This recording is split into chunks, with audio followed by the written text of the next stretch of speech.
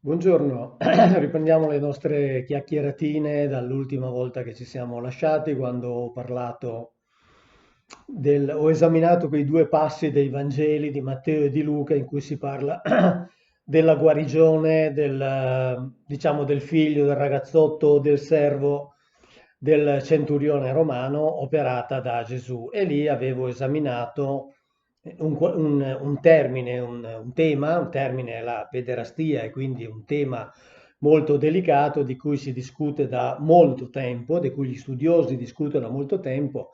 Tra l'altro c'era anche un articolo da cui ho preso degli spunti del teologo Mather, che è del seminario dell'Unione Teologica di New York, che aveva pubblicato questo articolo sul primo numero di Paidica, una rivista pubblicata ad Amsterdam.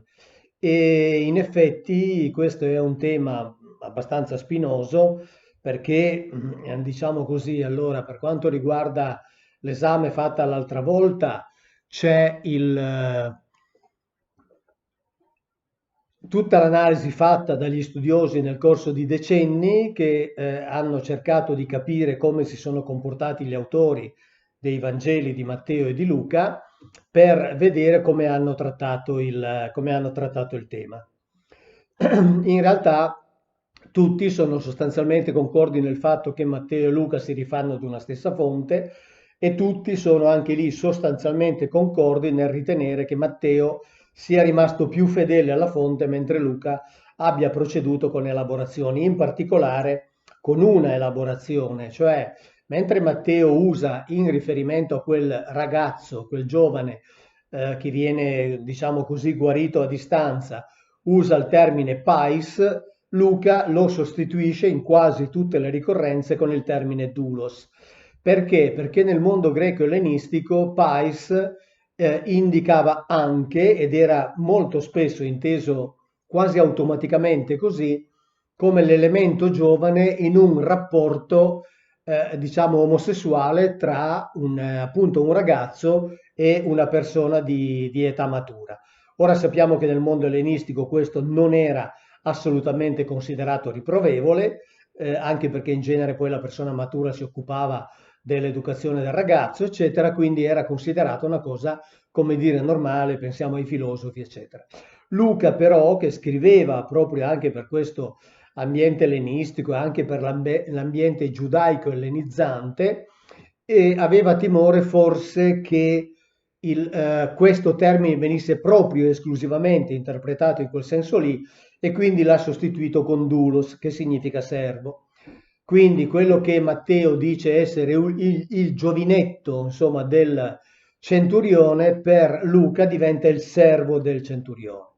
Poi andando avanti ancora, e adesso aggiungiamo qualche altro elemento di riflessione su questo tema, andando avanti ancora anche Giovanni, o meglio l'autore del Vangelo di Giovanni, preferisco sempre dire, poi per comodità si dice Matteo, Luca, Marco, Matteo, Luca, Giovanni, ma sarebbe sempre meglio dire l'autore del Vangelo di Matteo, l'autore del Vangelo di Giovanni, perché noi non sappiamo chi è l'autore, quindi poi sono, come sapete, sono attribuiti, no, a questi quattro nomi, ma in realtà non sappiamo chi è che li ha scritti.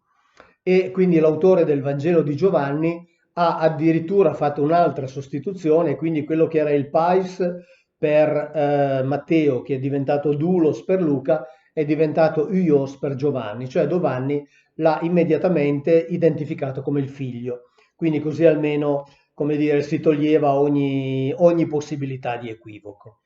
E ripeto, questo tema è stato ed è tuttora anche discusso perché è ovviamente, come si può capire, un tema molto delicato. Però ci sono altri aspetti nei Vangeli che fanno pensare a questo tipo di possibilità di rapporto. Per esempio, nel Vangelo di Marco, la sera in cui viene catturato Gesù nell'orto dei Getsemani, ci racconta un fatto comunque abbastanza curioso, ma lui lo rimarca. Sappiamo che il Vangelo di Marco è il più antico di tutti e quindi probabilmente quello più vicino alle fonti.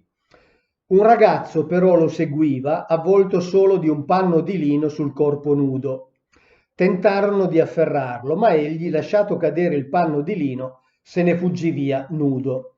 Ora, Questo ovviamente ha nel corso degli anni suscitato ovviamente molte interpretazioni, molte discussioni, quindi c'è chi lo interpreta come chiaramente la documentazione o la prova, insomma, di un rapporto di un certo tipo tra Gesù o qualcuno dei suoi e dei ragazzi giovani. C'è chi invece, come certi teologi, per eliminare, essere sicuri, diciamo così, di eliminare ogni equivoco, dicono no, si tratta addirittura di un racconto simbolico dove si parla del fatto che questo ragazzo si è spogliato, come dire, degli ultimi residui che aveva prima di dedicarsi insomma, ad una vita cristiana. È chiaro, poi sappiamo bene che la teologia, quando un passo dell'Antico o del Nuovo Testamento riflette esattamente ciò che la teologia stessa ha elaborato, lo interpreta in modo letterale, non cambia nulla. Quando invece un passo pare andare contro ciò che dice la teologia, immediatamente lo fa diventare una metafora, un'allegoria, un simbolo e così via. Però, insomma, ci sono degli elementi che ci consentono quantomeno di fare delle riflessioni, anche perché, come ho detto l'altra volta, tutta una serie di eventi, per esempio, si svolgevano a Cafarnao e Cafarnao era un centro che noi definiremmo così internazionale, tant'è che la sua sinagoga aveva all'interno delle raffigurazioni iconografiche che, come sappiamo, per la legge, per le regole dettate in modo non equivoco nell'Antico Testamento, non si potevano fare immagini di nessun tipo. Ebbene, invece la sinagoga di Cafarnao le conteneva, quindi Cafarnao era inserito in effetti in un ambiente, come dire, ellenistico, quindi di cultura più aperta, e quindi tutto questo era assolutamente possibile perché lì evidentemente si era sviluppato, si era andato formando una forma di giudaismo ellenizzante, quindi come dire più aperto agli apporti del pensiero e della cultura che noi definiremmo per allora internazionale. Tant'è che possiamo unire a questo un altro elemento abbastanza importante, che nella cerchia dei 12, diciamo così, discepoli o apostoli che si vogliano chiamare di Gesù, c'erano due di loro che avevano un nome greco. Uno è Andrea, che è anche chiamato fratello di Pietro, e l'altro è Filippo. Quindi intanto dobbiamo pensare che nella famiglia di Pietro si usavano anche dei nomi greci, il che fa pensare ad una certa apertura verso quel tipo di cultura. E Filippo è l'altro porta un nome greco, e sia la famiglia di Pietro, cioè Pietro e Andrea, sia Filippo sono definiti dai Vangeli come originari di Bezzaida, quindi forse appartenenti anche ad una comunità, diciamo così, di mentalità aperta agli apporti internazionali. Tra l'altro Andrea era probabilmente anche prima già discepolo di Giovanni Battista e pare essere quello che ha identificato in Gesù il Messia che aspettavano. Quindi in realtà diciamo che questo tipo di cultura poteva essere diffuso e in un qualche modo, almeno da alcuni, accettato, il che farebbe pensare che è quantomeno lecito porsi delle domande quando ci troviamo di fronte a certi passi del Vangelo. Perché comunque così diciamo la sessualità, così come ci viene rappresentata dalla religione, si presta a tutta una serie di domande proprio se posta in riferimento a ciò che c'è scritto nei testi antichi. E per esempio io qualche volta avevo accennato al discorso della prostituzione sacra. Prostituzione sacra che diciamo nel conscio e nell'inconscio collettivo, quantomeno delle religioni occidentali, veniva considerata e viene considerata come uno degli elementi negativi delle cosiddette religioni pagane, cioè a fianco dei templi degli dei cosiddetti pagani, cioè inesistenti, si esercitava questo tipo di professione. E si dà per scontato che invece questo non fosse vero per quanto riguarda l'ambiente israelita, cioè quindi l'ambiente che si poteva rifare a Yahweh. In realtà la Bibbia ci dice con molta chiarezza un'altra cosa. Nel capitolo 38 del libro dell'Esodo, quando si narra della costruzione della dimora di Yahweh, cioè di questo tempio smontabile e trasportabile nel deserto, Mosè doveva costruire anche una vasca di bronzo e appunto nel capitolo 38, al versetto 8, si dice: costruì una vasca di bronzo con il supporto di bronzo, usando gli specchi delle donne che prestavano servizio all'ingresso della tenda del convegno. Ora, usando gli specchi delle donne che prestavano servizio. Ora, gli specchi sappiamo benissimo a che cosa servono ancora oggi, no? A guardarsi e a, in un qualche modo, no, a modificare il proprio aspetto, quindi a truccarsi, a mettersi in ordine, a rendersi belli, e queste donne prestavano servizio. Ora, qui ci sono due elementi da far rilevare. Il primo è che questo prestare servizio, questo verbo ebraico, viene utilizzato nella Bibbia per tre tipi di servizi specifici. Il primo è questo qui, cioè il servizio della cosiddetta prostituzione sacra. Il secondo è il servizio militare e il terzo è il servizio sacerdotale. Quindi vuol dire che questi tre servizi, equiparati dalla stessa forma che li identifica, dalla stessa forma verbale che li identifica, erano considerati importanti, quindi socialmente accettati, e per cui messi, direi, entro certi limiti, messi un po' sullo stesso piano, perché, ripeto, addirittura identificati dallo stesso verbo. E poi c'è un'altra cosa, che il termine che indica il sacro in ebraico è, l'ho scritto nei libri, l'ho documentato nei libri, ne ho parlato più volte nelle conferenze, indica un qualcosa che viene separato da per essere destinato a, per essere dedicato a.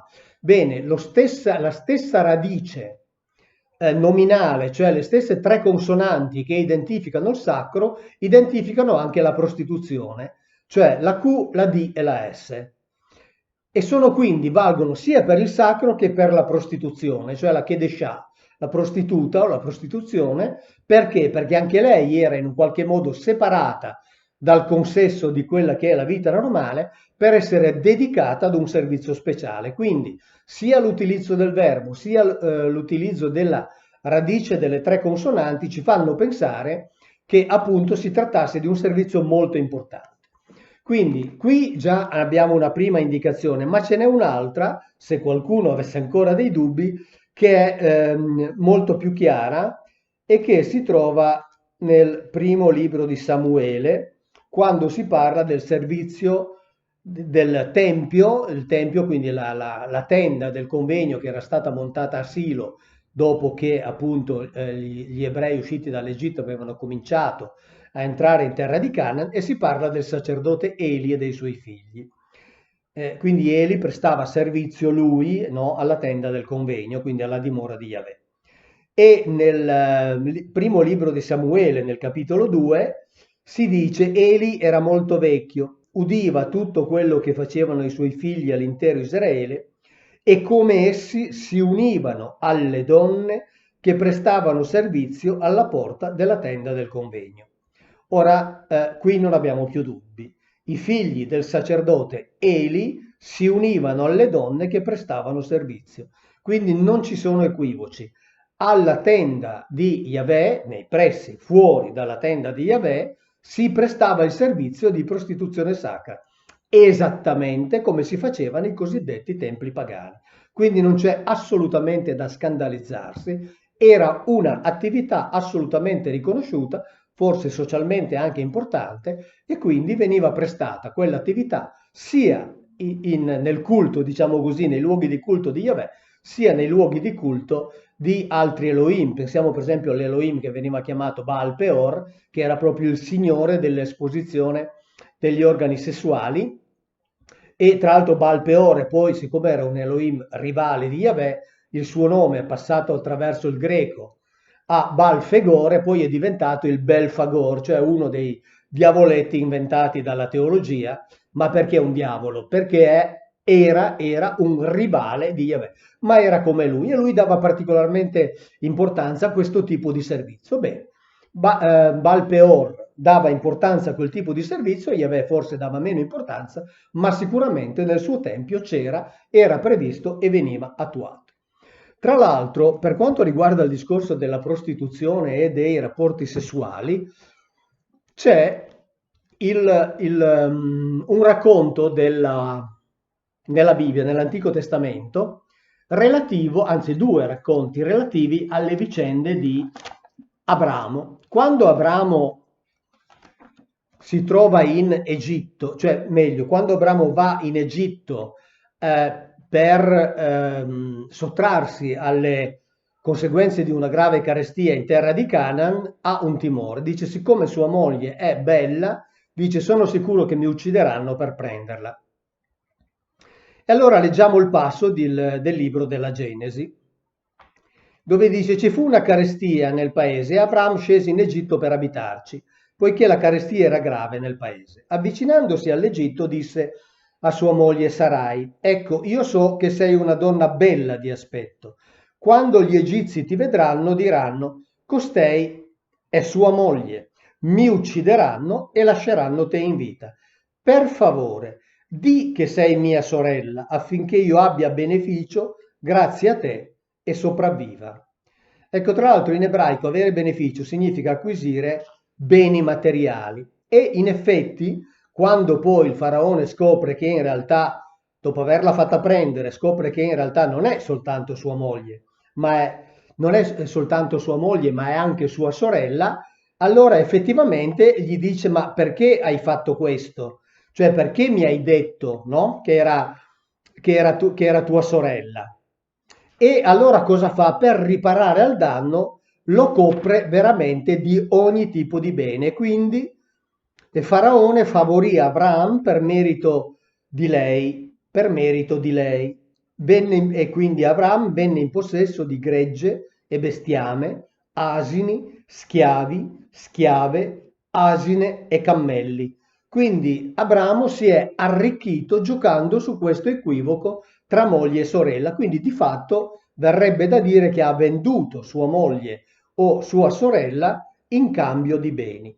Ma non l'ha fatto soltanto questa volta, l'ha fatto anche quando viene in contatto con il re di Gerar Abimelech, il quale anche lui prende Sarai, interviene Yahweh e lo ammonisce, gli dice di liberarla e in effetti anche lì Abramo usa lo stesso giochino, cioè fa in modo che Abimelech pensi che lei sia sua sorella e quindi in questo modo non l'uccide e anche lì Abimelech ricopre Abramo di beni e in più dà anche 1000 denari e lo dice a Sarai, ho dato a tuo fratello 1000 denari. Ma è proprio in questa occasione che Abramo dice e inoltre è vero che ella è mia sorella, quindi non ho detto una falsità. Lei è figlia di mio padre, ma non figlia di mia madre. Ed è divenuta poi anche mia moglie.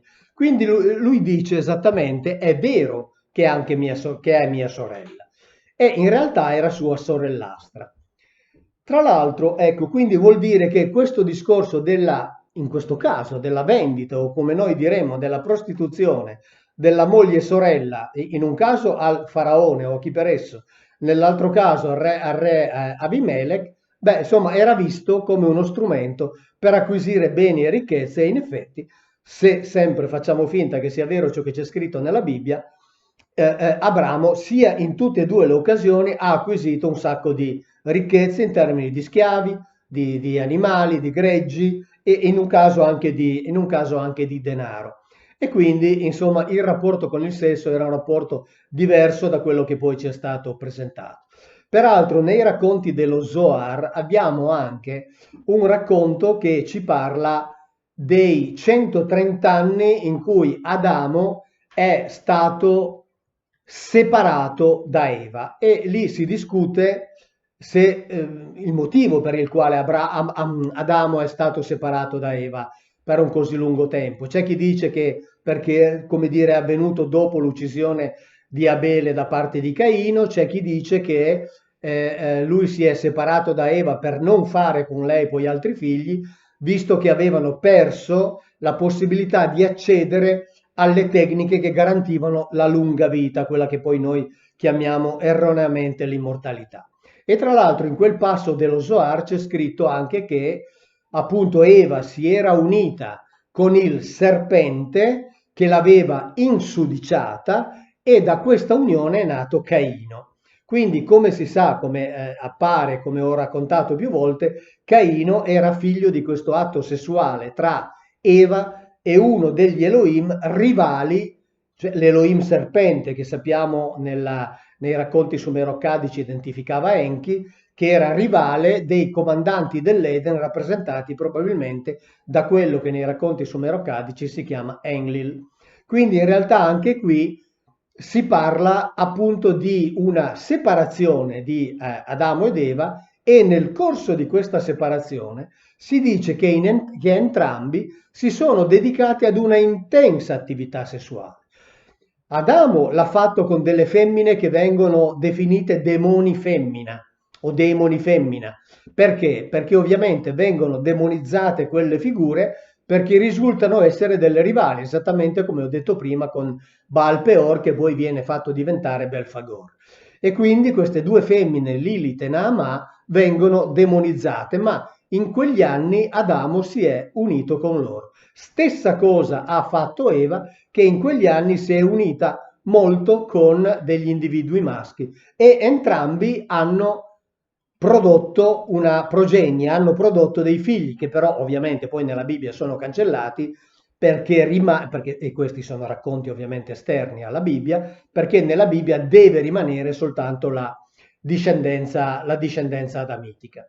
Quindi la cosa che è interessante è vedere come questo rapporto con il sesso sia completamente diverso da quello che ci ha poi da quello che ha tramandato e ci ha poi insegnato la religione, anche perché sappiamo, no, che quello che era il peccato, teoricamente il peccato originario è stato legato all'atto sessuale, sappiamo che l'espressione mangiare il frutto proibito è diventato simbolo del compiere l'atto sessuale, Eva è diventata la prima peccatrice della storia, a Eva è stata attribuita la colpa di aver indotto Adamo in peccato commettendo l'atto sessuale, in realtà già sappiamo che la colpa non è stata il commettere l'atto sessuale che peraltro Eva ha commesso per prima con un Elohim, ma la colpa, cioè ciò che gli Elohim del Gan Eden non potevano accettare, era il fatto che gli Adamiti si riproducessero in modo autonomo. Quindi questa è stata veramente la colpa e il motivo del loro allontanamento, perché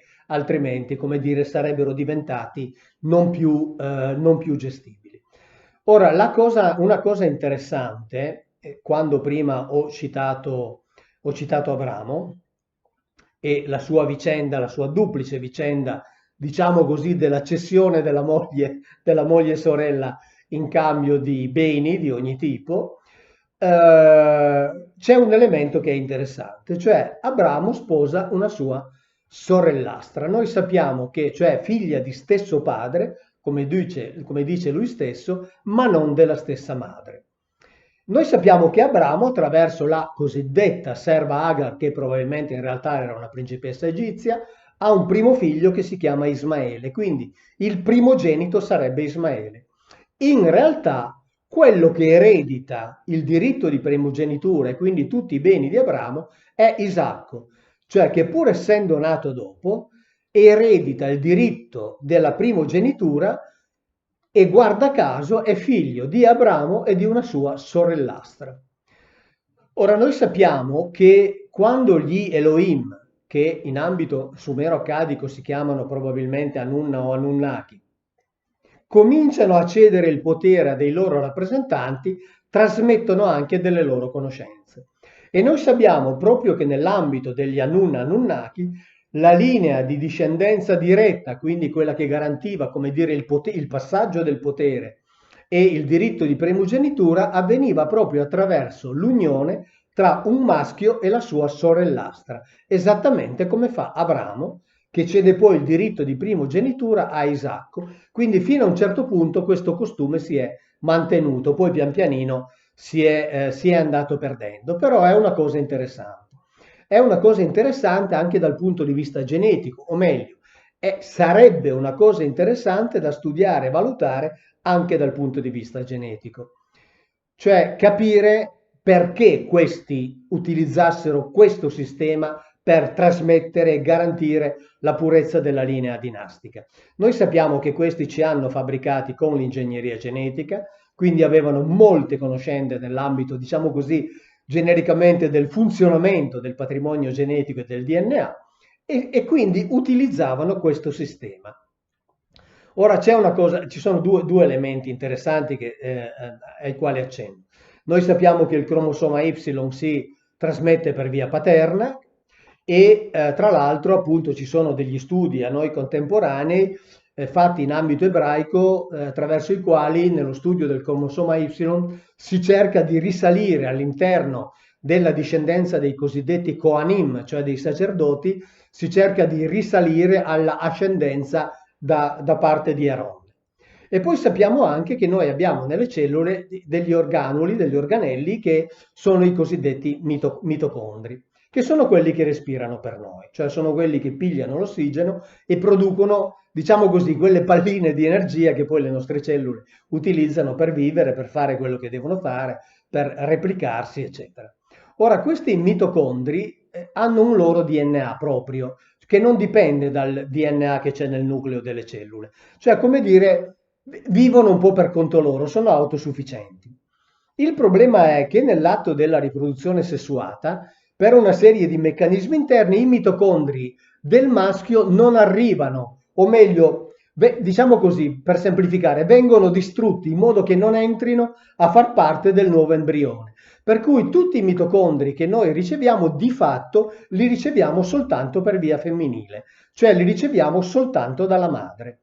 Ecco, quindi questa è una cosa interessante, tant'è che in genetica si parla appunto di una Eva mitocondriale, cioè di una prima donna che appunto queste ricerche che vengono condotte farebbero risalire un periodo tra i 200.000 e i 300.000 anni fa ad una prima femmina da cui, o meglio, gruppo di femmine da cui potrebbero dipendere i mitocondri, no, che l'Homo sapiens si porta dietro da un sacco di tempo, proprio perché vengono trasmessi per via di quel meccanismo specifico di cui trovate articoli su Science o le scienze, eccetera. Per quel meccanismo specifico diciamo che i mitocondri del maschio non passano, passano soltanto quelli della femmina.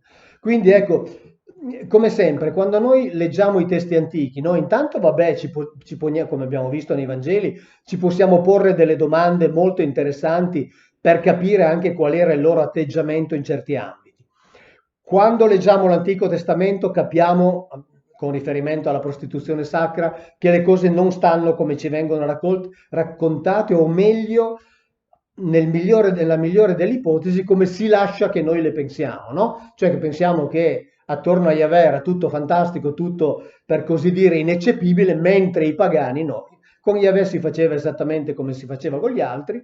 E poi c'è questo ultimo aspetto particolare che appunto ho colto in Abramo perché mi ha immediatamente ricordato ciò che avveniva nei racconti sumero-accadici, dove il primogenito del signore dell'impero si chiamava Enki, ma la primogenitura e il comando l'ha preso suo fratello Enlil perché è nato dal rapporto tra suo padre e una sorellastra. Ecco, quindi se ancora una volta facciamo finta che forse gli antichi ci hanno raccontato qualcosa di vero, o comunque una sostanza di verità, forse riusciremo a capire qualcosa di anche affascinante, perché magari si scoprirebbe che in queste unioni ci sono, chissà, dei vantaggi dal punto di vista evolutivo per l'individuo che nasce o per la specie o per il gruppo etnico che ne deriva e che noi ancora magari non conosciamo. È un'ipotesi ovviamente, ma sempre nell'ambito del facciamo finta, secondo me, man mano che andiamo avanti con gli studi, a mio avviso, è bene non escludere mai nulla perché potremo sempre avere delle sorprese interessanti. Ciao, grazie.